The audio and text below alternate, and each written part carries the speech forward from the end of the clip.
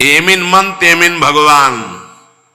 जैसी तुम्हारी मनोस्थिति वैसी तुम्हें ये सृष्टि दिखाई देगी। अगर तुम्हारा मन भगवदाकार है तो सब भगवान दिखाई देंगे, तुम्हारा मन कामी है तो सब कामी दिखाई देंगे। एमिन मन तेमिन भगवान, जैसा तुम्हारा मन वैसे ही तुम्हें भगवान कानबो। जाकी रही भावना जैसी प्रभु मूर्ति देखी तिन तैसी। इसलिए अपनी भावना को सुधारो। भक्ति का फल है भाव शुद्ध हो जाना। निद्रा, तंद्रा, आलस्य, विक्षेप, संशय, ये जिसके जीवन में अधिकायत है उसका सर्वनाश निश्चित हो जाता है साधना का। नींद पर काबू पाओ, निद्रा के अधीन मत हो। ये बहुत बड़ी शत्रु है, ये भजन का नाश करने वाली है। इसको मत ये सोचो कि अभी तो नई अवस्था है, नहीं, इसी अवस्था में इसको काबू पालो, नहीं तो कुछ नहीं होता। जहां देखो, हम देखा है वयोवृद्ध जनों को जिनको कहा जाता है कि अब भजन की अवस्था है, वहां देखा है बैठे बैठे बात करते करते जब देखो तब ऐसे मुंह बगाड़ दिए, लाल टपक रही, जब देखो, देखा हमने। क्योंकि हृदय मलिन है तो तमोगुण का ही राज्य रहेगा, सतोगुण थोड़ी आ जाएगा। यौवन अवस्था में निद्रा को शासन में ले ले, ए विजयी, यह अभ्यास विजयी कर देता है। निद्रा, तंद्रा, ना नींद है ना जागृत अवस्था है, बेशुद्ध अवस्था सी रहती है।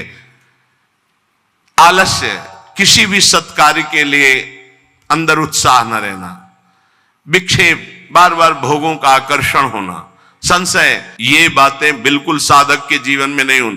पक्की बात समझ लो, भगवान को प्राप्त करना कठिन नहीं है, संसार का राग त्यागना कठिन है। और वो सत्संग शुरू है, भगवान ने सत्संग दे दिया है, ये रोज काट रहा है तुम्हारे संसार राग को, पक्का मानना।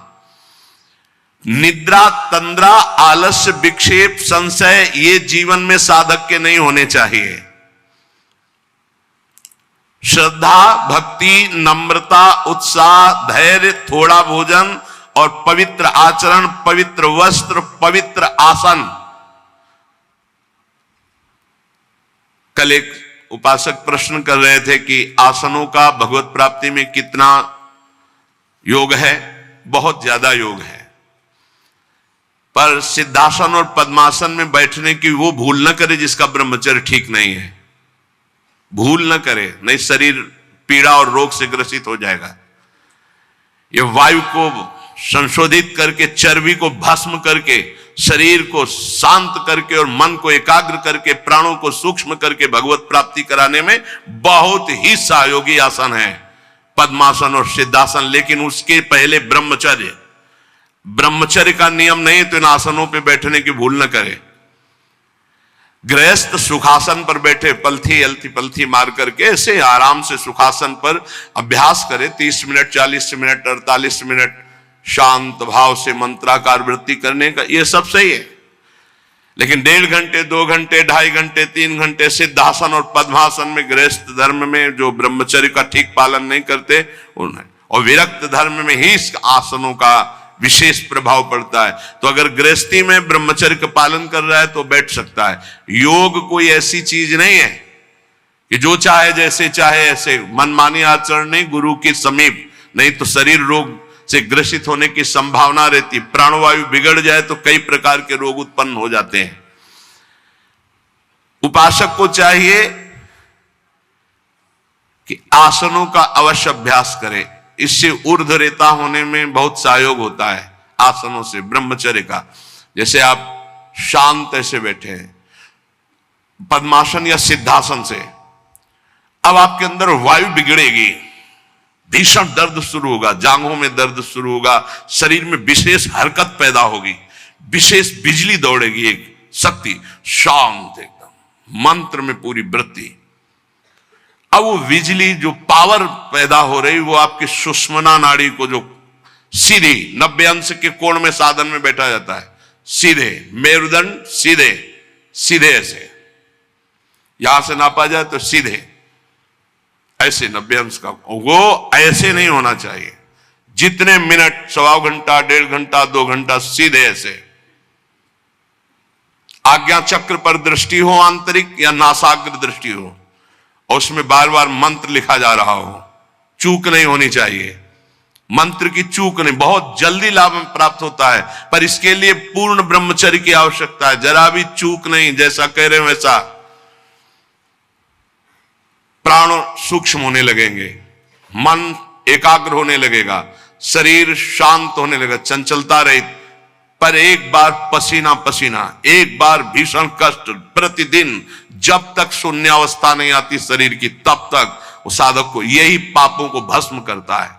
यही आसन उसको दिव्यता प्रदान करते। अब इतनी हीट पैदा होती है उसके अंदर, अगर संयम से नहीं है तो व्यभिचारी बन जाएगा। बहुत ध्यान देने योग्य बात, उस समय उसकी कुंडलनी, उसकी सुषुम्ना नाड़ी, उसकी हर नाड़ी एक्टिव होती है उस गर्मी से, आध्यात्मिक शक्ति से। अगर वो व्यभिचार की जरा भी गलती करेगा तो कुंडलनी की अधोगति हो जाएगी, अधोगति नीचे की तरफ हुई, भारी व्यभिचारी बन जाएगा। ये ऊर्ध्वगामी जीव ही सुषुम्ना मार्ग संचारी, सुषुम्ना मार्ग से संचरण हुआ, आजीवन के लिए काम रूपी वेदना से मुक्त हो जाएगा। जीव ही ऊर्ध्वरेता ब्रह्मचारी हुआ, संकल्प ही खत्म काम का, नष्ट हो जाएगा। एक ऐसी परमानंदमय स्थिति योगी की, वही सब बिना कुछ किए ये स्वाभाविक हो जाएगा यदि नाम जब श्वास प्रश्वास से किया जाए। ध्यान रखना, एक इतना कठोर और एक इतना सहज। श्वास प्रश्वास पर ध्यान है, हर समय नाम चल रहा है, वो सब बड़े शीतल प्रकृति से जागृत कर देगा। कुंडलनी जागृत हो जाएगी, सुषुम्ना मार्ग संचारी संचरण होने लगेगा। नाम जप में सब सामर्थ्य विराजमान है। ये केवल प्रवचन की बात नहीं कर रहा, अनुभव की बात कह रहा हूं। पूरे शरीर को झकझोर के रख देती जिस समय कुंडलनी जागृत होती यौगिक क्रियाओं के द्वारा, और नाम के द्वारा जब जागृत होती तो पता ही नहीं चलता कब जागृत हो गई। ये ध्यान रखो, वही नाम से ऐसे सहज में जागृत हो जाती कि उसको पता भी नहीं चलता कि हमारे अंदर कुंडलनी जागृत हो गई क्या, सुषुम्ना मार्ग खुल गया है क्या। खूब नाम में प्रीति। सदाचार पूर्वक आसनों का सेवन, ये तो सदगृहस्थ भी कह सकते। 45 मिनट आप सुखासन पर बैठने का अभ्यास करें, अगर थोड़ा भी परमार्थ पे, कम से कम 24 घंटे में 2 बार आसन में बैठने का तो अभ्यास। सुखासन ऐसे पलथी मारकर, ऐसे आराम से, या अर्ध पद्मासन, एक टांग के ऊपर, बाई टांग के ऊपर दाई टांग ऐसे चढ़ा करके आराम से। ये आराम आसन है। जो वयोवृद्ध हैं थोड़ा कुर्सी या सोफा या जैसे भी बैठो, पर ऐसा नहीं कि एक एक मिनट में इधर उधर, थोड़ा सा शांत बैठने की कोशिश करो। जैसे निरंतर विषयी पुरुष विषय चिंतन करता है तो उसे विषय की आसक्ति प्राप्त हो जाती है, ऐसे भक्त जब भगवान नाम चिंतन करता है तो उसे भगवान में आसक्ति प्राप्त हो जाती है। जैसे विषयी पुरुष विषय चिंतन करता है तो विषयों में आसक्ति हो जाती है जिसमें है ही नहीं कुछ, घृणित स्थानों में आसक्ति हो जाती है।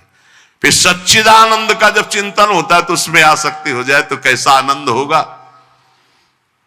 भगवान मेरे समीप हैं, अनुभव हो रहा है।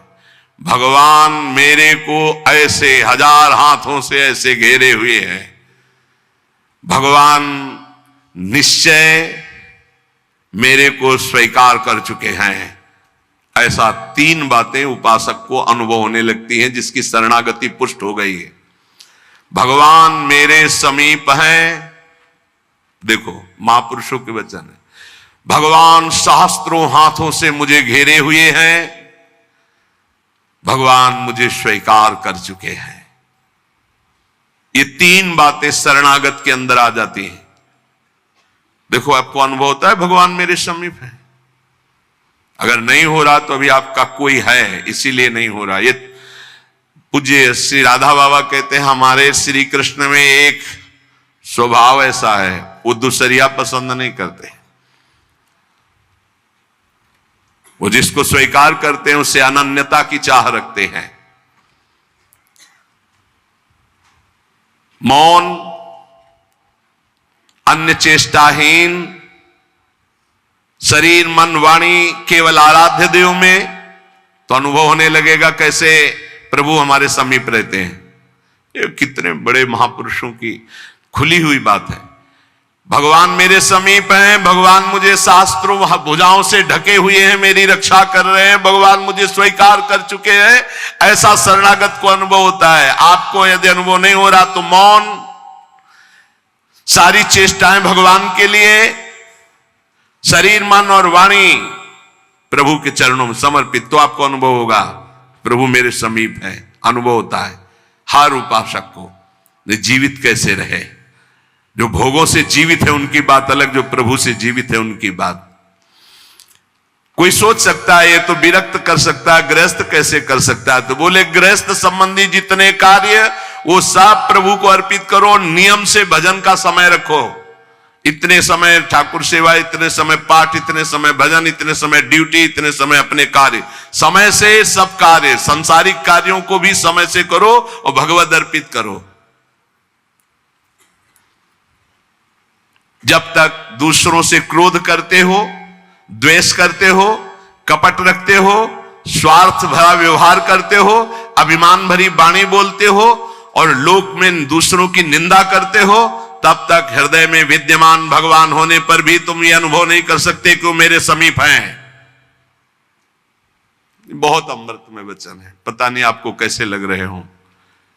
बिल्कुल अंदर का ऑपरेशन है। जब तक दूसरों से क्रोध करते हो, द्वेष करते हो, कपट भरा व्यवहार करते हो, स्वार्थ रखते हो, अभिमान भरी बात बोलते हो, दूसरों की निंदा करते हो, तो हृदय में विद्यमान रहने पर भी भगवान का अनुभव नहीं कर सकते कि वो मेरे समीप हैं। ब्रह्मचर्य में जीवन परम पुरुषार्थमय जीवन होता है। ब्रह्मचर्य ही ब्रह्म की प्राप्ति का मुख्य हेतु होता है। ये मुख्य हेतु होता है। मान लो जिसके त्यागने में इतना सुख है, उसको रोकने में कितना सुख होगा। मान लो ये डॉक्टरों की ये बात हमारी समझ में नहीं आती जो ये कहते हैं कि ऐसा करना ठीक है। हमको उन लोगों की बात समझ में नहीं आती जो कहते हैं सर्वनाश का खेल खेलो और तुम स्वस्थ रहोगे। भगवान ऐसे की बुद्धि को बचाएं, जो प्रमाण देना चाहिए कि हमारी नई पीढ़ी, हमारी नई समाज कैसे संयम में रहकर ऊपर उठती है। कोई भी घड़े में छेद कर दो भर जाए, ऐसा कैसे हो सकता है? चलनी में गैयादू है, दोष दैव को दे, हरि गुरु कहो न माने। कैसा कलयुग बढ़ गया है कि प्रमाण दिया जाता है सीरियल नौटंकी नाटकों से और डॉक्टरों से। कैसी बुद्धि भ्रष्ट हो गई है उपदेश देने वालों की। धर्म शास्त्रों की अवहेलना करके ऐसे उपदेश देने वालों को नरक की गति प्राप्त होगी, कोई भी हो।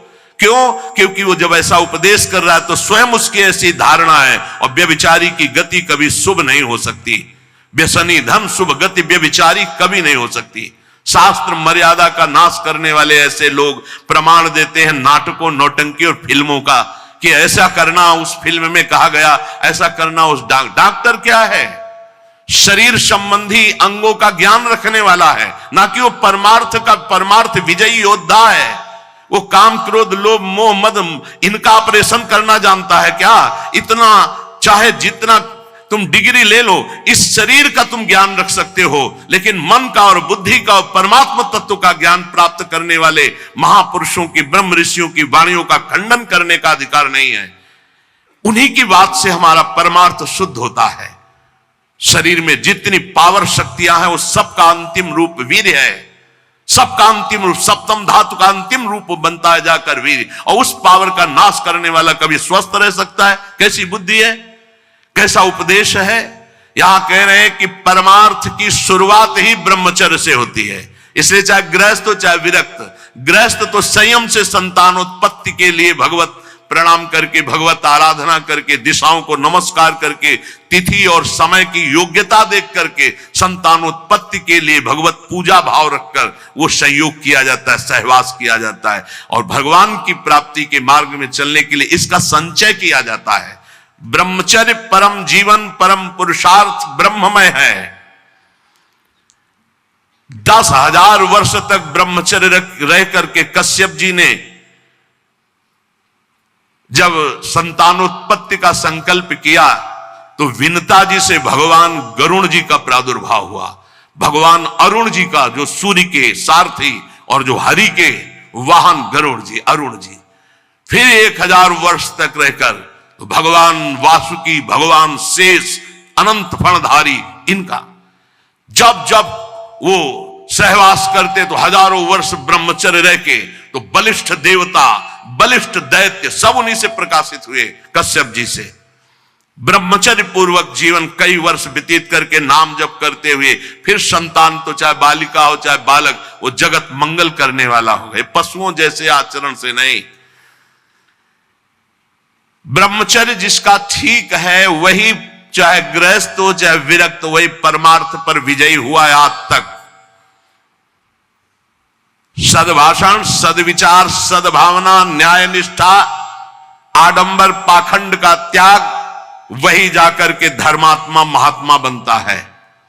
इसलिए भक्त को चाहिए कि ब्रह्मचर्य पर विशेष ध्यान दे और रात्रि के सोने के समय ज्यादा सावधान रहे। उस समय वेदना काम की जरूर जागृत होती है, उस समय जरूर ध्यानस्थ रहे, कीर्तन परायण रहे, नाम जप करते हुए शयन करे और शेष भाग रात्रि का भजन में व्यतीत करे।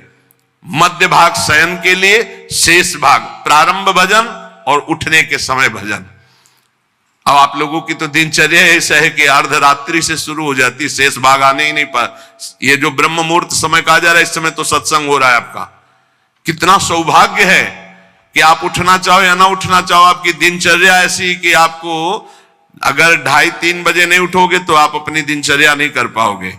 कितना सौभाग्य कि श्री जी ने ऐसे हमको विवश करके साधन में लगा दिया है। विवश ना चाहे तो भी उपस्थित होना पड़ेगा। जो जबान का खूब लोभी है, भोजन का स्वाद लेने वाला, वो तमोगुणी स्वभाव का हो जाता है। वो कभी जनेंद्रिय पर विजय प्राप्त नहीं कर सकता, कभी ब्रह्मचारी नहीं हो सकता। लेकिन ये बात जितेंद्रीय महापुरुषों में परीक्षा नहीं की जा सकती। संध्या के समय भोजन करने से भजन में अरुचि पैदा हो जाती, इसलिए संध्या के समय कभी भोजन न करे। भोजन के समय नाम जप जरूर करे, क्योंकि एक एक कवल में जितना बार नाम जप करोगे शरीर में रस जाएगा, वो रस आपको भजन में बढ़ाएगा। टीवी चला के भोजन न पावे, क्योंकि टीवी का दृश्य देख के चिंतन करते हुए भोजन पाओगे तो टीवी में चल रहा है वही तुम्हारे चिंतन में चलेगा, तुम्हें परमार्थ से रहित कर देगा। अगर बहुते कुछ देखने सुनने की आदत है तो उस समय संतों के पावन चरित्रों की चर्चा सुनो, कोई कथा चलाओ, कथा सुनते हुए भोजन पाओ। अगर एकाग्रता पूर्वक भजन करने की रुचि नहीं जागृत हुई तो सत्संग सुनो, संतों के चरित्र सुनो, बड़ा प्रभाव पड़ता है। संतों की छवियां सामने रखनी चाहिए जहां भोजन पाने का हो, कुछ सदुपदेश सामने रखने चाहिए। अपने यहां तो बड़ा मंगलमय राधा राधा ऐसा नाम चलता रहता है। एक दिन सबके बीच में पाया, बड़ा सुख मिला कि नाम चलता रहता है, आप लोगों के कान में नाम गूंज रहा है। भोजन के पहले हाथ और पैर अच्छे से धो लेना चाहिए। लांग बूट पहन करके भोजन पाते हैं तो पैर क्या धोएंगे। होटल में गए ऐसे जूता पहने ऐसे, अरे पवित्रता जितना रखोगे उतनी बुद्धि शुद्ध होगी। अब को तुम खड़े हो बॉर्डर पे, वो बात अलग है सैनिक रूप में, लेकिन सब सैनिक थोड़ी है। भोजन पहले कैसे पाते थे हम आपको कैसे बताएं, आप हंसोगे गांव की बात सुन करके। जब भोजन पाने जाते थे तो ऊपर के वस्त्र उतार दिए जाते थे। जो पुराने जन गांव के वो भले जानते हो, आज के आधुनिक क्या जानेंगे। नीचे धोती काच, पैर हाथ धो के कुल्ला करके, पाटा लकड़ी का उसको धो करके, नीचे ऐसे चौका लगा हुआ है, फिर आते थे। स्टील के पात्र प्रयोग नहीं हो सकते रसोई में या कहीं भी नहीं, कांसे के फूल के ऐसे पात्र होते। जब प्रसाद ऐसे भोग सामने आता तो फिर थोड़ा सा अंगार रख करके 5 कवल वहां स्वाहा स्वाहा, और फिर उसको तब जाकर, ये किसान की बात कह रहे हैं, घर गृहस्थी की बात करें, कोई साधु महात्मा की बात नहीं करे, घर गृहस्थी की। उस समय कोई बोल नहीं सकता, कोई छू नहीं सकता।